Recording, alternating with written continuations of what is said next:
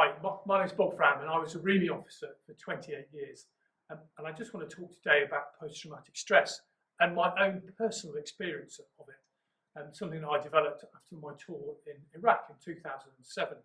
A particularly difficult tour, and not doing a REME job, but as REME is a soldiers first, I was put in to do a different job, but in the centre of Basra and an isolated location. But I'm going to jump back to 10 years previously, where I had a bit of a road to Damascus moment. I'd finished the Northern Ireland tour, again, which had been quite demanding, and I'd been put in some difficult situations. And a friend of mine said to me about 10 months after I'd come back, she said, "Oh, it's good to have you back, Bob." And I looked at her and said, "What do you mean it's good to have me back? I've been back for ages." And she said, "No, it's good to have you back." And I didn't think anything of this. It didn't really drop into my mind, and I just thought, "Oh, that's a bit strange." Young, arrogant major thinking, no idea what she's talking about. Until I take to my first night of my Iraq tour. I'm in an isolated location working with the Iraqis. Had a handover from a friend of mine who'd said, "You get an occasional shooting, Bob. It's not too bad. We had one person shot, but he'd been taking a bit too many risks. And you won't get mortared because you're with the Iraqis, they're not going to mortar their own." So on my first night, I'd come in a bit late to meet my team of about 70, sitting having a cup of tea, and 4 mortar rounds land. And my mind went, I'm not in the infantry, but they sound like mortars to me. And over the net comes, the radio net, comes a contact report. Contact, mortars, no casualties, wait out. But at that moment, I felt myself change from me, Bob Fram, into, oh, right, okay, so that's how we're going to play it, are we? If you give me the opportunity, because I have to, I will kill you, I will clean my weapon, and I will go to sleep at night, and I will not lose any sleep over this. So I went from normal daily life into a position where I would be aggressive and prepared to kill. That's not a nice or normal place to be, and I felt myself go instantly into it. So suddenly you've got heightened awareness, you're much more aggressive, and it affects you quite interesting. So that puts you into, if that's your normal level of stress, it jumps you up into a heightened level of stress instantly. And then if you add on top of that other stresses, so this was my first night, I was in this location for just over 3 months, and actually I was in a leadership position where I was responsible for people's lives, and it happened to be about 70 to 100 people. But it doesn't matter whether you're in a leadership position for 70 to 100, 2 people, 1 person, or even if you just got yourself to look after. These stressors and living at that sort of tension do add up to. Also, I was living with daily contact, daily danger, and we did have a number of casualties and 1 killed. So there was that normal daily threat and actual casualties happening, and we had to deal with that as well. Not only this, on top of that for me, we had a number of soldiers rotating through the location who had lost friends during the tour. And you have to deal with their grief and their frustration.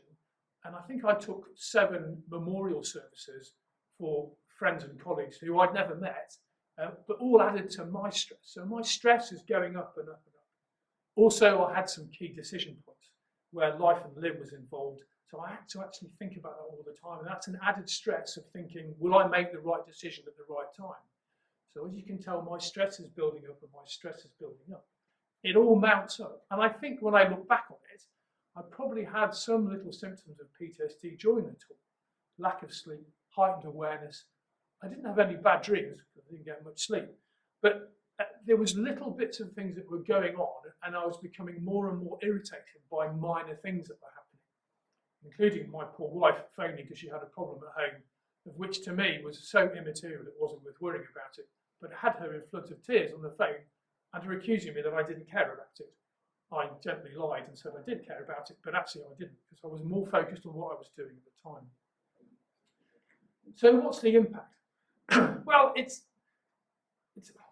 I became short-tempered. I became not very good with the minutiae, and particularly when you get home, because you've got up to this heightened stress level, and when you come home, it doesn't drop straight away. It takes a while to come down, and for some it doesn't come down at all, and that's where I think it can impact onto PTSD. So I was short-tempered, I was aggressive, And in fact, my wife was rather scared of me for the first 3 or 4 months of me coming home. And also, I'd gone fishing to try and relax, and I was just packing up, and I got knocked over in the car park by someone driving a car. It was a very low speed knock, but it knocked me over, a few cuts and bruises. But I instantly leapt up and was on the front foot with that aggressive approach, and walked straight purposely towards the car to then be met by the wife of the driver, who'd got out of the car, took one look at me, got back in the car, and locked the door. The driver wasn't so lucky, and he got both barrels from me. Fortunately, I never physically touched him, but he got a lot of verbal abuse and aggression from me sort of venting about things like, I've just spent 6 months in Iraq being shot at and you nearly killed me in the car park. It was an unreasonable reaction. And I was a sort of antisocial. I remember Brigadier Nigel Williams, who was at the time the head of REME, talking to me after my tour, and he said, "Oh, I hear you had a good tour, Bob. How was it?" I didn't have the words to describe what it was like. I still don't really have the words to describe to you what it was like. And I looked at him and said, "It was shit." I didn't just say it wasn't very nice. It was aggressively done, and I was rude and inappropriate behaviour. But also, that gives you an idea of the impact on family and friends. And really, it's how do you recover from that? Well, it takes time. And actually, it normally takes a bit of help as well. And I was arrogant enough not to see anything in myself, so I didn't ask for any help. Plenty of people saw it in me. So my wife will tell you it took me 9 to 10 months to get over the tour, and I didn't realise this until 10 months afterwards. She looked at me and she said, "Oh, you're finally over the death of Paul." And I went, "No, I've been fine." She went, "No, you haven't." I then spoke to some other friends and colleagues, and they said, no, you're in a terrible state. But people had worked around it rather than addressing it or helping me address it. Because I was in a command position, it was easy for them to just make things happen and not give me anything that would set me off to deal with it. So the impact can have lasting effects. It does have lasting effects on me.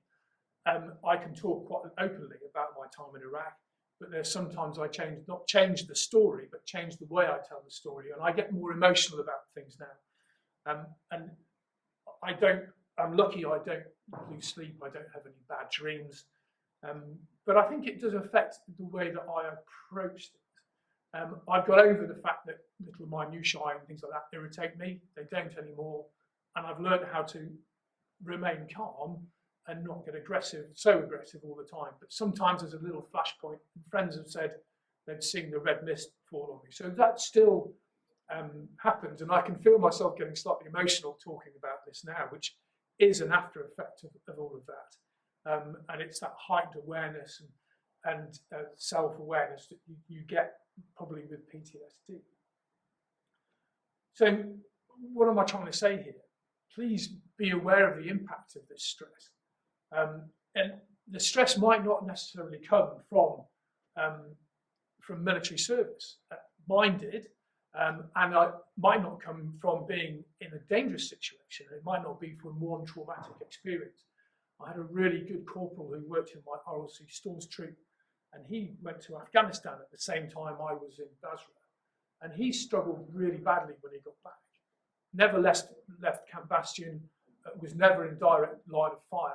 But where he was working was right next to where the MERT, the emergency helicopter, used to land.